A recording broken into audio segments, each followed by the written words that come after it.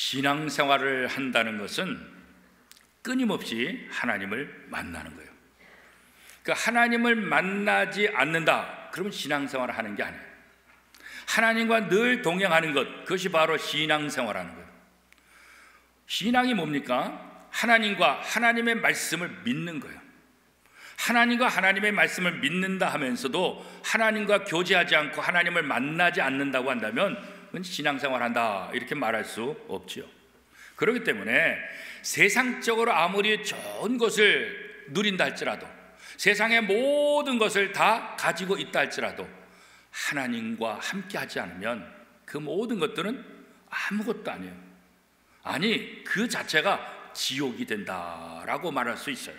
반대로 하나님이 함께 하시면 그 어디나 하늘나라, 천국이 된다. 우리가 잘 아는 찬송가 438장 가사에 보면 이렇게 기록하고 있어요. 높은 산이 거친 들이 초막이나 궁궐이나 내 주 예수 모신 곳이 그 어디나 하늘나라. 그러니까 장소가 중요한 게 아니에요. 하나님이 거기 함께 하신 이게 중요한 것이지 장소가 중요한 게 아니에요. 근데 우리는 장소가 중요하다고 생각하잖아요. 하나님이 계시냐 이건 상관이 없어요. 좋은 장소냐, 비싼 장소냐, 유명한 장소냐, 우린 여기에 관심 있잖아요. 근데 하나님은 장소가 중요한 것이 아니라 내가 너와 함께 하느냐, 내가 너와 함께 하면 그것이 궁전이든 그것이 초막이든 상관없이 하나님 나라, 천국이 된다 이렇게 말씀하고 있는 거예요. 그래서 하나님과 함께 한다고 한다면 다윗은 뭐라고 얘기냐면 나는 아무것도 두려울 것이 없습니다. 왜? 하나님이 함께하면 하나님의 도움을 받으니까. 시편 23편 4절에서 다윗은 이렇게 고백하고 있죠. 내가 사망의 음침한 골짜기로 다닐지라도 해를 두려워하지 않을 것은 주께서 나와 함께 하심이라. 주의 지팡이와 막대기가 나를 안위하시나이다. 어떤 상황이랄지라도 그 상황이 사망의 음침한 골짜기, 내 죽음의 길이라고 생각한다 할지라도 하나님이 나와 함께 하시는 것을 믿는다고 한다면 나는 두려워하지 않겠다. 이게 신앙의 고백이죠. 그래서 하나님을 느끼지 못한다고 한다면 이게 진짜 문제예요. 내가 몸이 아픈데 이 아픈 것을 느끼지 못하면 이거 진짜 큰 문제잖아요, 그죠?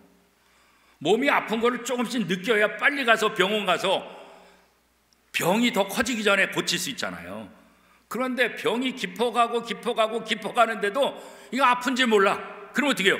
나중에 진짜 몸이 아프다고 느꼈을 때는 이미 더 이상 손을 쓸 수가 없습니다. 이렇게 됐잖아요, 그죠? 우리가 마찬가지예요. 신앙생활 한다는 것은 매 순간 하나님을 느껴야 돼요. 하나님을 느끼지 못한다, 이건 뭔가 문제가 있는 거예요. 하나님을 느끼지 못한다, 이것보다 비참한 일이 세상에 없는 거예요, 그죠? 오늘 본문 히브리서 12장 14절 후반절에 보면 이렇게 말하고 있어요. 이것이 없이는 아무도 주를 보지 못하리라. 주를 보지 못하는데 뭐가 없으면? 이것이 없으면. 그 이것이 뭐예요? 히브리서 12장 14절 상반절에 이렇게 설명하고 있죠. 모든 사람과 더불어 화평함과 거룩함을 따르라. 화평함과 거룩함을 따르지 않으면 아무도 하나님을 만날 수 없다. 그러니까 거꾸로 말하면 뭐겠어요?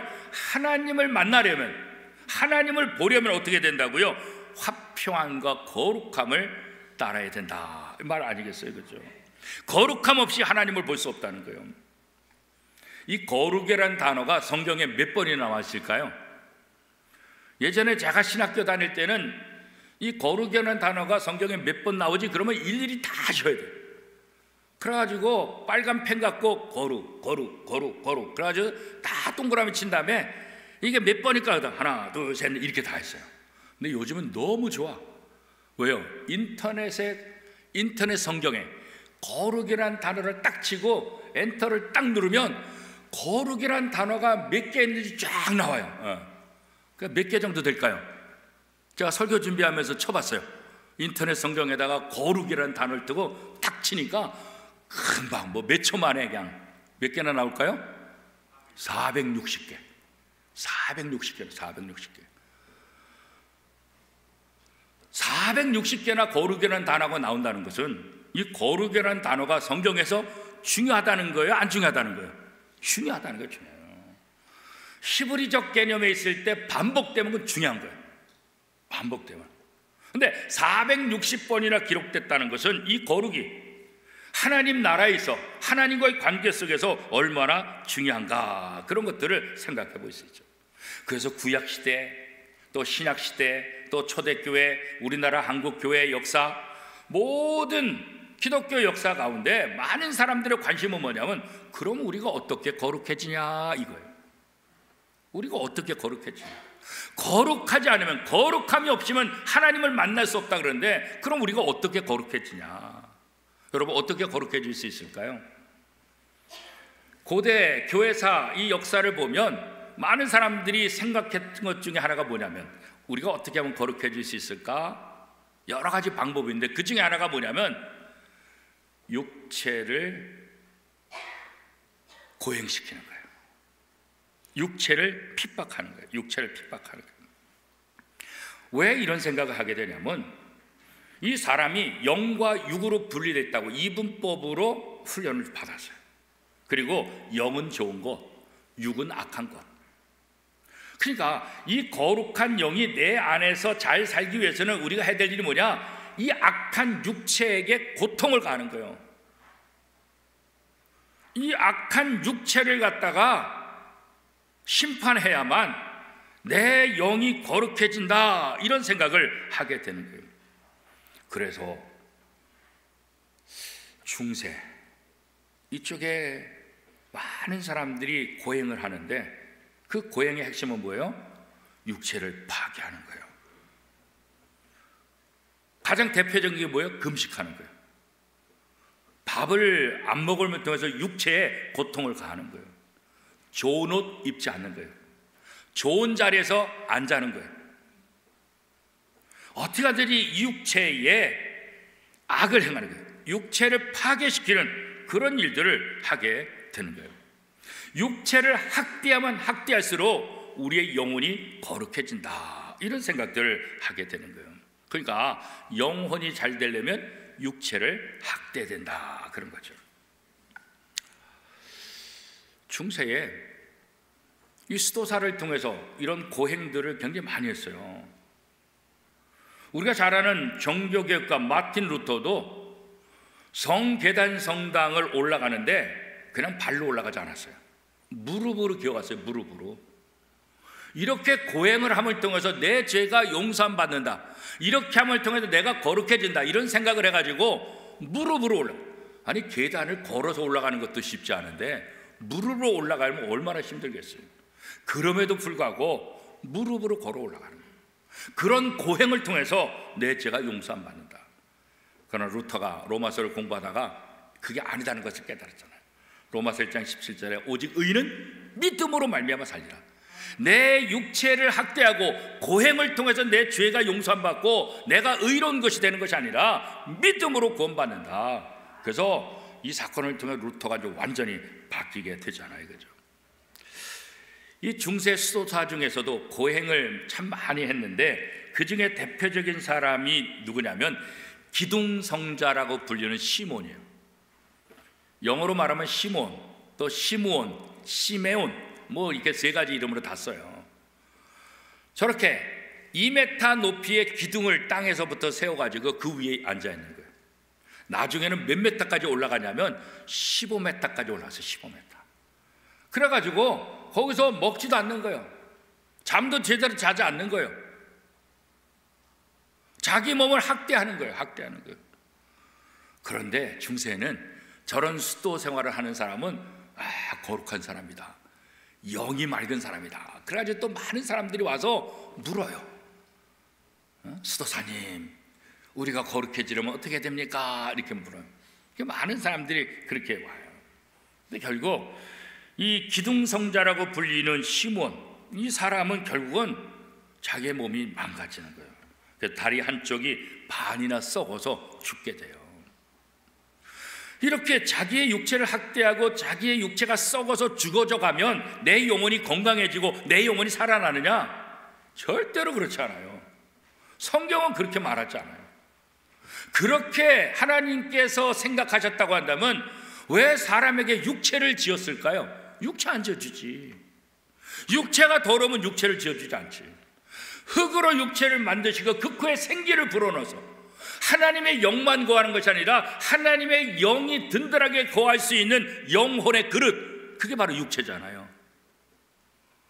육체를 파괴하고 육체를 학대하는 것이 거룩하다 그러면 하나님이 육체를 만들지 않죠. 하나님은 육체를 만드시고 사람을 창조하신 다음에 뭐라 그랬어요? 보시기에 심히 좋았더라 이렇게 말했다고요. 그렇죠?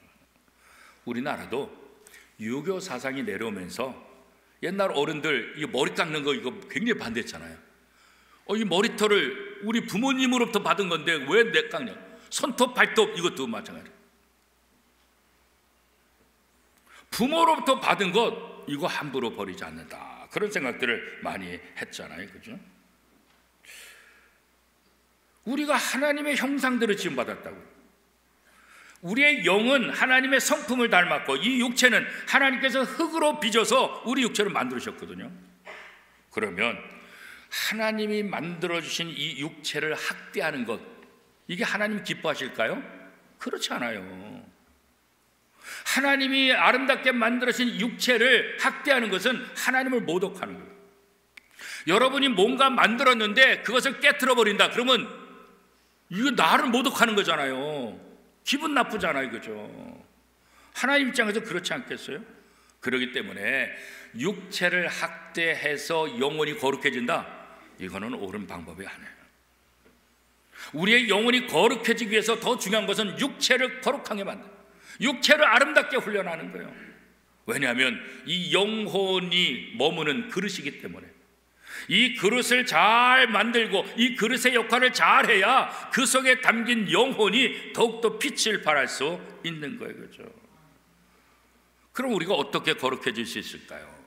이 중세에는 바로 그런 육체에게 학대를 하고 육체의 고행을 통해서 거룩해진다 이런 생각을 했는데 이 성경적인 방법이 아니거든요. 그럼 우리가 어떻게 거룩해질 수 있을까요? 오늘 보면 히브리서 12장 10절은 이렇게 말하고 있어요. 오직 하나님은 우리의 유익을 위하여 그의 거룩하심에 참여하게 하시느니라. 죄인인 우리를 하나님의 거룩함에 참여하도록 하나님께서 우리를 인도하신다는 거예요. 인간적으로 우리가 거룩하는 수 있는 방법은 없어요. 우리에게 거룩 자체가 없어요. 우리 인간의 어떤 방법으로 우리가 거룩해질 수 있어요? 그런 방법은 없어요. 그래서 하나님이 우리에게 은혜를 베푸시는 거예요. 그죠? 디모데전서 4장 5절 말씀에 보면 사도 바울은 우리가 어떻게 거룩해지냐, 하나님의 말씀과 기도로 거룩해진다 이렇게 말하고 있어요. 우리의 고행이 아니라, 우리의 노력이 아니라, 인간적인 어떤 방법이 아니라 하나님의 말씀과 기도로 우리가 거룩해진다. 그래서 이 하나님의 말씀이 임하는 곳에 거룩의 역사가 일어나는 거예요. 하나님의 말씀이 임하는 곳에 회개 역사가 일어나는 거예요. 그렇죠? 하나님의 말씀 없이 회개 일어나지 않아요. 그렇죠? 우리가 이 땅에 살면서 하나님의 능력을 누리는 방법이 뭘까? 그것도 똑같아요. 하나님의 능력이 우리에게 주어져야 된다. 그래야 우리가 하나님의 능력을 누릴 수 있어요. 그러면 하나님의 능력이 어떻게 우리에게 주어질 수 있을까요? 바로 예수 그리스도를 통해서 그런 거예요.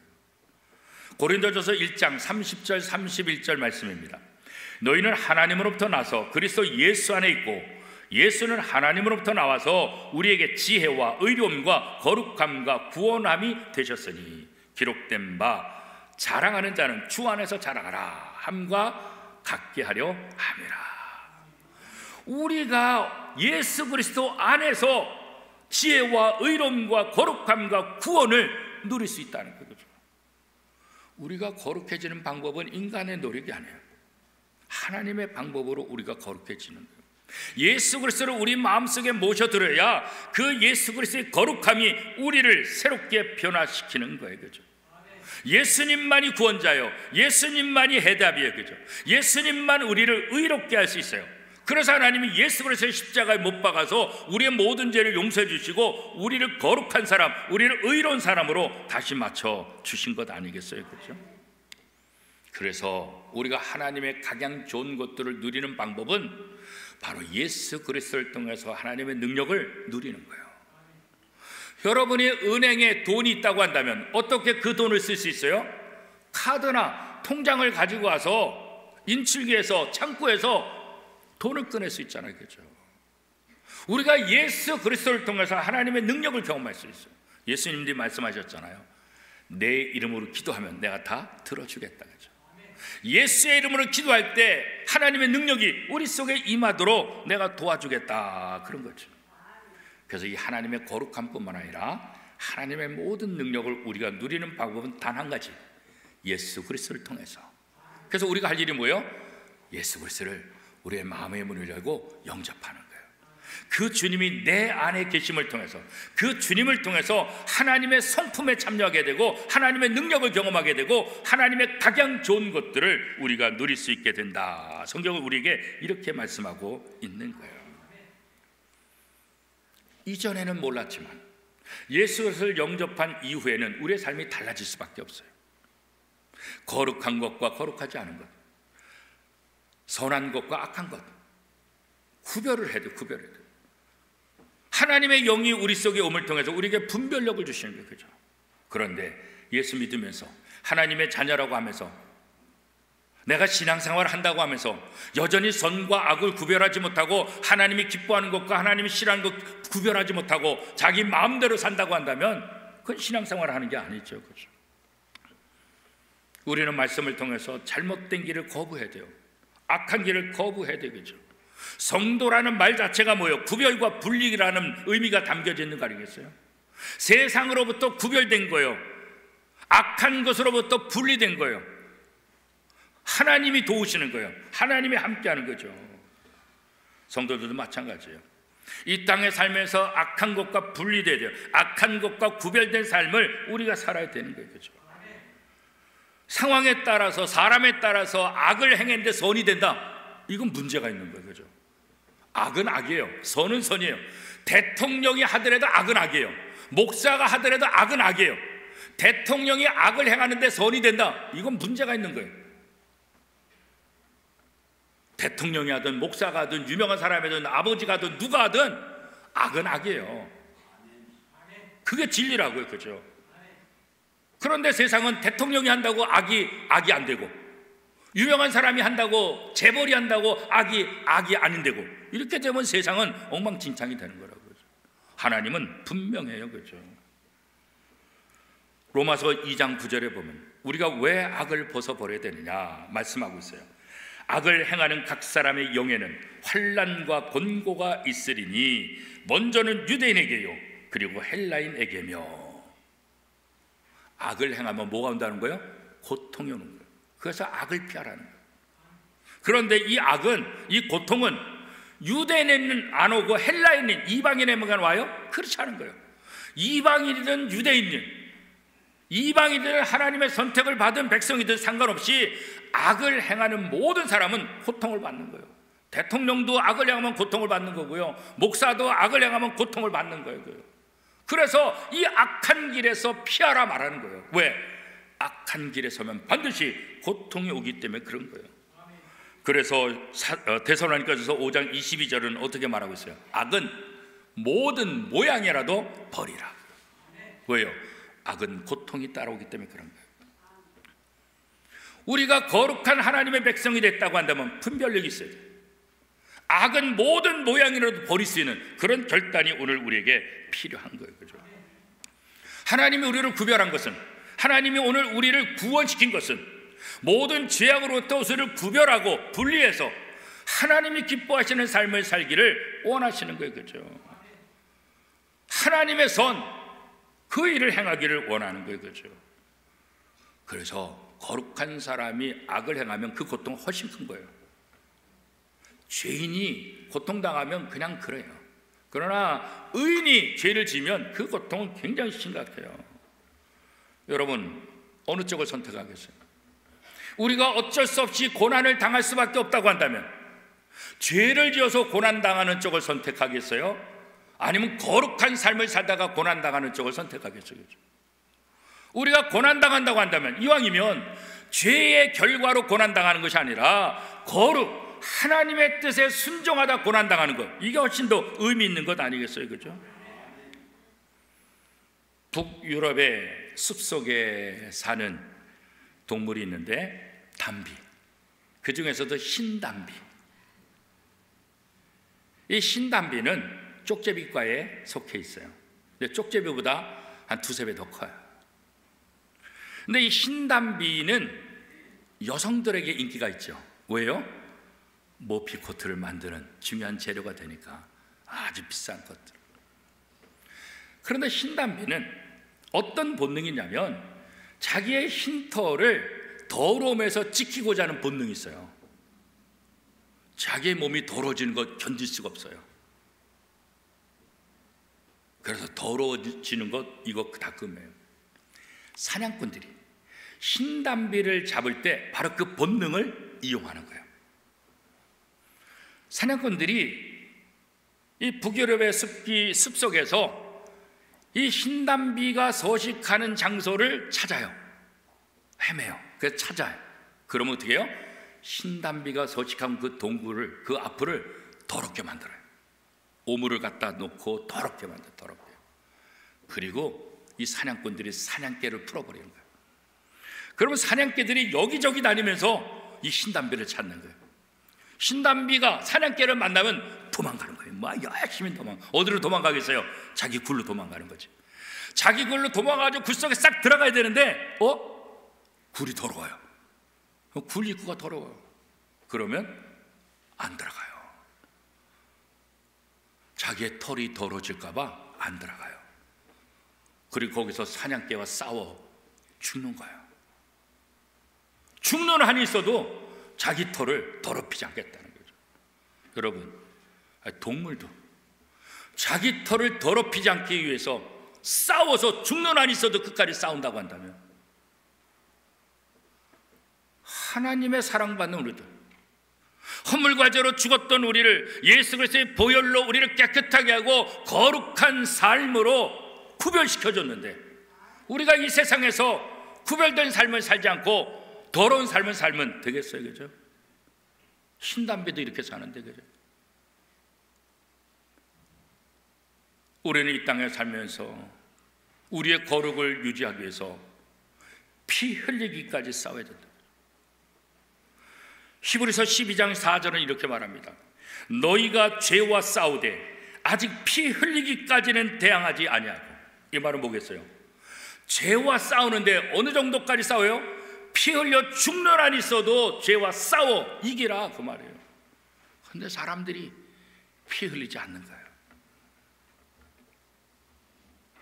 죄와 싸워서 이기려고 하지 않는 거예요. 타협해, 적당히. 죄 넘어가요. 흰담비 동물도 더럽히지 않기 위해서 생명을 걸고 싸우는데, 하나님의 자녀는 오늘 우리들은 어떠한 삶을 살고 있냐? 여러분 가정에서, 여러분 직장에서, 여러분 이웃 속에서, 여러분의 삶의 자리에서 나는 이 거룩을 유지하기 위해서 얼마나 싸우고 있는가? 하나님의 말씀을 지키기 위해서 나는 어떤 손해를, 나는 어떤 고통을 담당하고 있는가?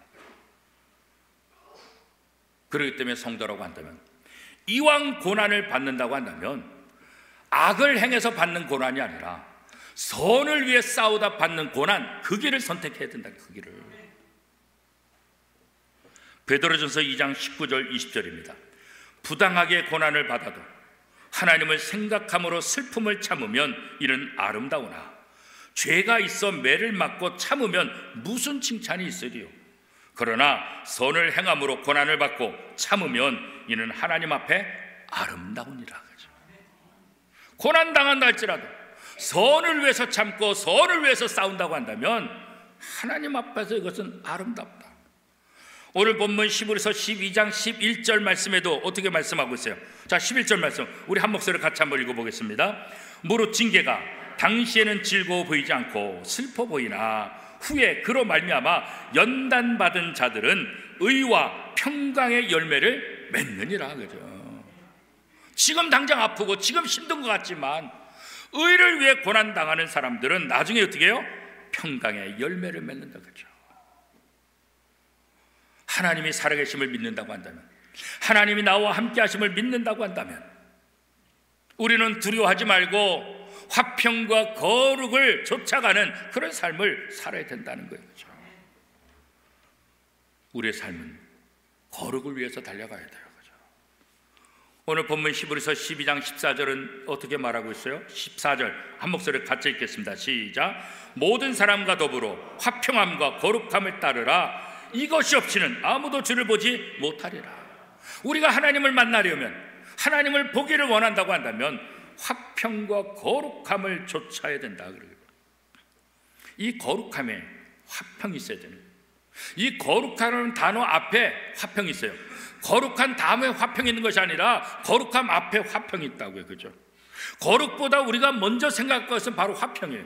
우리가 거룩하기 위해서는 화평이 먼저 앞서야 돼요. 우리가 하나님의 자녀로 거룩한 백성이 되기 위해서 하나님이 먼저 하신 일이 뭐예요?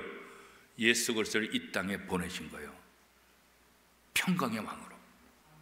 그 예수 그리스도를 십자가에 못 박으신 거예요. 그러므로 죄인인 우리와 하나님과 화평하게 만든 거예요. 하나님의 아들 독생자를 화평케 하는 자로 평강의 왕으로 이 땅에 오셔서 우리와 하나님을 분리했던 우리를 그 문제를 해결하고, 그렇게 함으로 우리가 어떻게 해요? 거룩한 백성이 되는 거예요. 그렇다고 한다면 오늘 예수 믿는 우리도 이 땅에서 화평의 삶을 먼저 살아야 돼요. 화평케 하는 도구가 되어야 되겠죠. 거룩만 내세운다고 한다면 구약적인 모습이에요. 신약에 와서 예수님 어떻게 해요?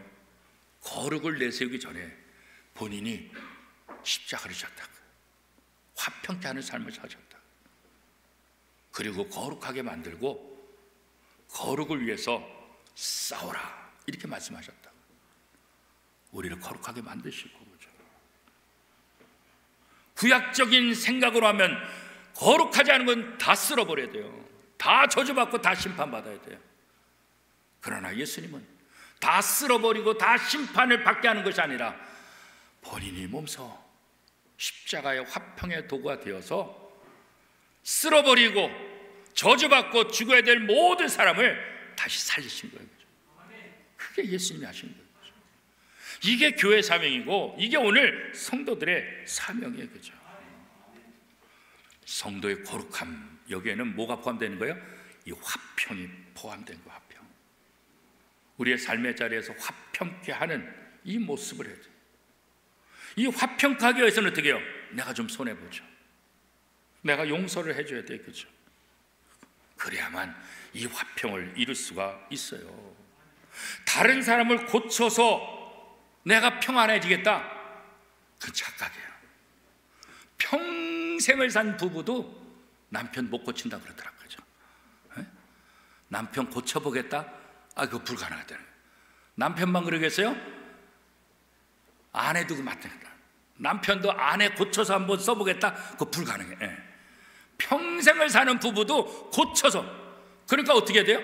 상대방을 고쳐서 내가 평안해지겠다, 이거 불가능한 거예요. 그거 하지 마세요. 그럼 성경은 어떻게 하라 그래요? 내가 변화되면 된다는 거예요. 상대방을 고치려 하지 말고 내가 변화되면 돼요. 내가 고침받으면 이해가 돼. 내가 고침받으면 그럴 수도 있어 되는 거야.